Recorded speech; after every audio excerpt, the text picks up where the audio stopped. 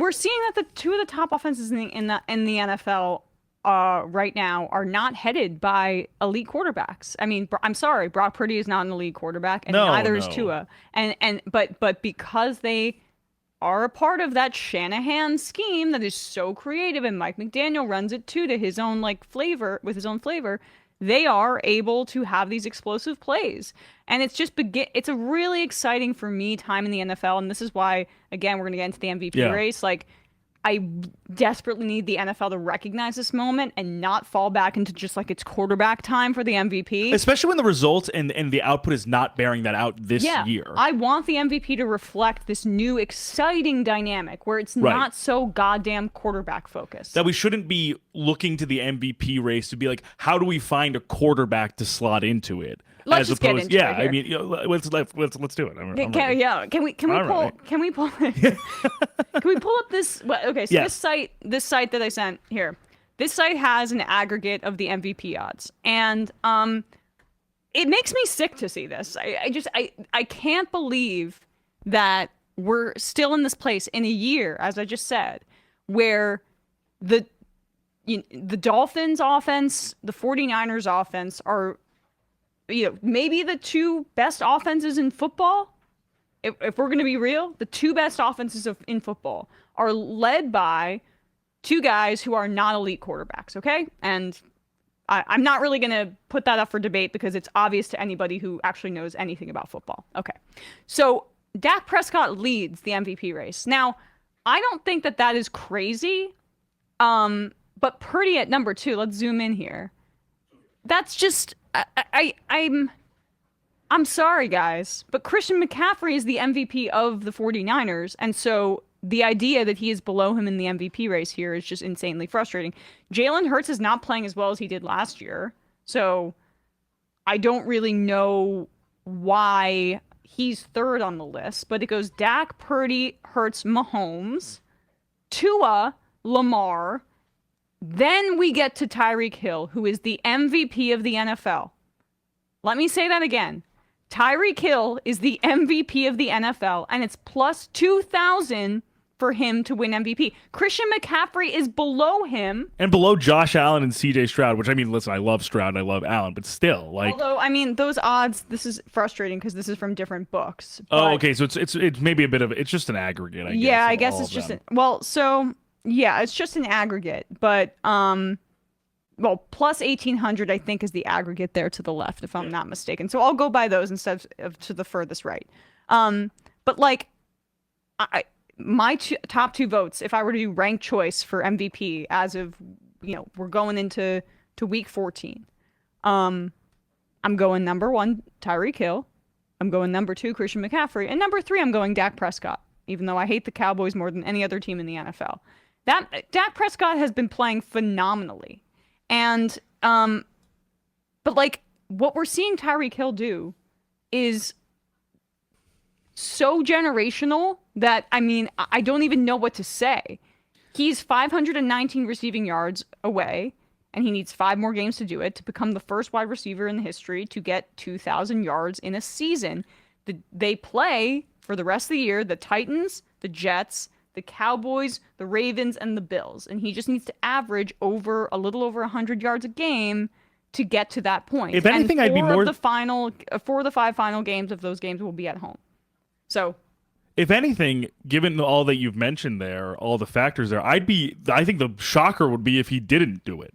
I mean, and like, yeah, well, okay. I hope I'm knock on wood because I really want him to do it. I want him to break this record and to dispel. Yeah. I mean, who knows if he'll even get MVP because I know he's not well liked. I mean, he's got issues as a human Understandably so. being. But like these numbers are insane. And I don't just go by numbers, by the way, because that's how you fall into the Brock Purdy is the MVP trap. But he has 93 receptions for 1,481 yards, 12 touchdowns, an average of 15.9 yards per reception, which is insane. And if the Dolphins get the 1 seed, I don't know how these NFL writers don't actually vote him in for MVP. And it's to me also, as you're saying, Our that receivers never won it. And, And it should be him. bro, I mean, you see it in this sense of to your point about it not only being about numbers, and I think we have seen this in the past. Not every MVP, I would say, is created equal in this way, but I think in particular what we're seeing with Tyreek season this year is that the counting stats are there already. Yeah. They're there already, and it's going into week 14. Like if the season ended tomorrow, I'd say the same thing. But I also think it just is emblematic of something that we were talking about before, which is that with how he functions in the Mike McDaniel offense and how his style of play actually literally changes like the geometry of the field. That like he accounts for an entire play sheet of or a game script of play calling from a defense to fully account for him and what he can do on the field and what he can change on the field. He has gravity in the way that term is used in the NBA, like Steph Curry does. That so much attention is sucked towards him that either it opens up an entire other lane or other plane of offense for the other members of his team, or it doesn't matter because of how good he is. Yeah. And so I think that's how I sort of feel about McCaffrey too, which is why I'd put McCaffrey at number 2, is because he, to me, more than any quarterback this season, is changing what offensive production is looking like in the league, especially in a season where offensive production has been depressed, and he is still doing that in spite of what defenses are doing. Yeah, I mean, the reason I'd put CMC at 2, though, is just because I think that the production from the other guys on the Niners for sure. is like better at augmenting it. Totally. I mean, Jalen Waddle isn't having that great of a year. And it's not as if you can't really, it's also, there's no one really comparable necessarily for example, George Kittle's role on the team. Yeah. Or, and also I would even say in terms of personnel, the offensive line, even though the right side has struggled a little bit, I still think the offensive line in San Francisco is better than the offensive line in Miami. Right. Well, and I say, like, Waddle's, I mean, he has 740. No, he's still playing well. 3 touchdowns. He's playing well, but it's just in that offense, he's not matching expectations. I think people thought it would be 1A and 1B, and it's clearly not the case here. So what else is going on in that offense?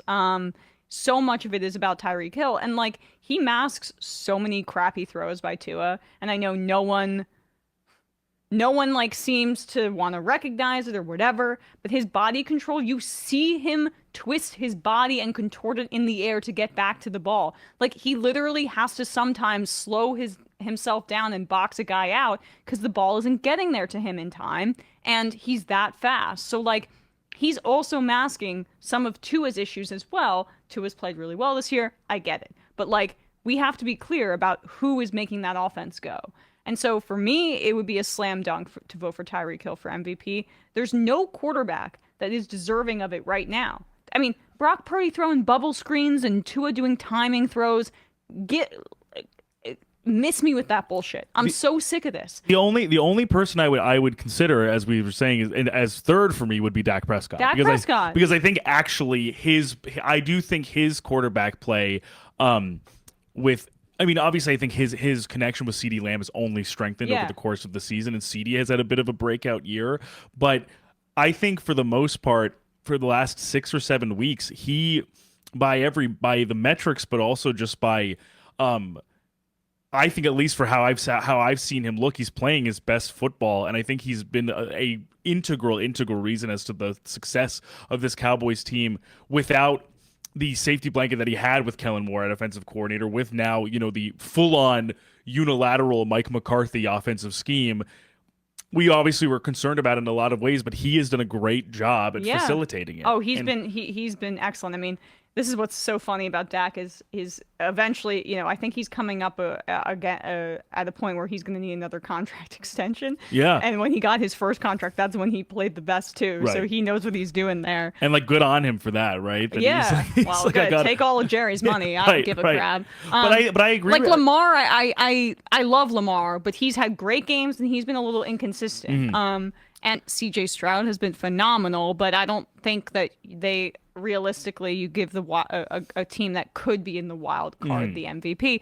And by the definition of most valuable player, like Josh Allen could make a case too, because the Bills would be terrible without him. Right. The fact that they're like 6-6 with how he's been playing, but again, is almost a reflection on Allen's quality than it is the Bills. I'm being realistic, and I know that these MVP voters really, really care about seeding. So Right. we're having a very limited conversation about the best teams in the NFL and who really drives the offense in that. And again, defensive players, please. I mean, it could be Myles Garrett to be the MVP, but he'll never win it because it's all about offense now. So like, who can possibly? Then if we're having conversations about these top offenses and who are the most valuable players on each team, it's not a question on the 49ers. CMC is more valuable than Brock Purdy. Yeah. It's not a question on the Dolphins.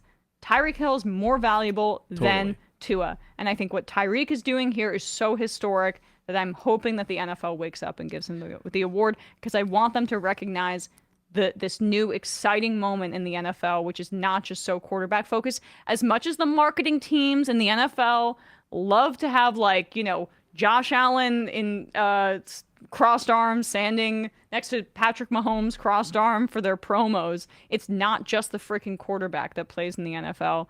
And it would be a great, refreshing moment in watching this league for that to be recognized. And I just think that it would actually more accurately represent the story and the narrative arc of this particular season. Because I think in past seasons, it's made a lot of sense. Like, for example, Mahomes' MVP years made sense because he was literally leaps and bounds above. He was breaking records his first year as a starter. Like, it made sense for him to be MVP because he was playing leagues and bounds better than any other quarterback. Yep. And I don't think we're seeing anybody at the quarterback position where I actually feel over the consistency of the entire week in and week out schedule up to this point that we can say that. Yep. Except for Dak, except for Dak, and which is, I think, maybe over the last 8 weeks or so. And I think that's what's also, I think, a testament to how well he's played and how kind of inconsistent others have been. That Dak, to me, makes more sense than any of the guys I would have thought of prior. And if they win and beat the Eagles and actually win the NFC East, he probably will win the MVP. That's right. I think I can live with that. Right. But again, I wish they wouldn't, because because if the Dolphins have the number 1 seed and Tyreek breaks the record, is that less narratively satisfying than just giving it to Dak because he's a quarterback and they beat the Eagles and get the win? Well, win their division? they are the Cowboys. Yeah, of course, right, I know. So Goodell's like, please. Yeah, I mean, are you kidding me? Are you kidding me? I need another house. Yes.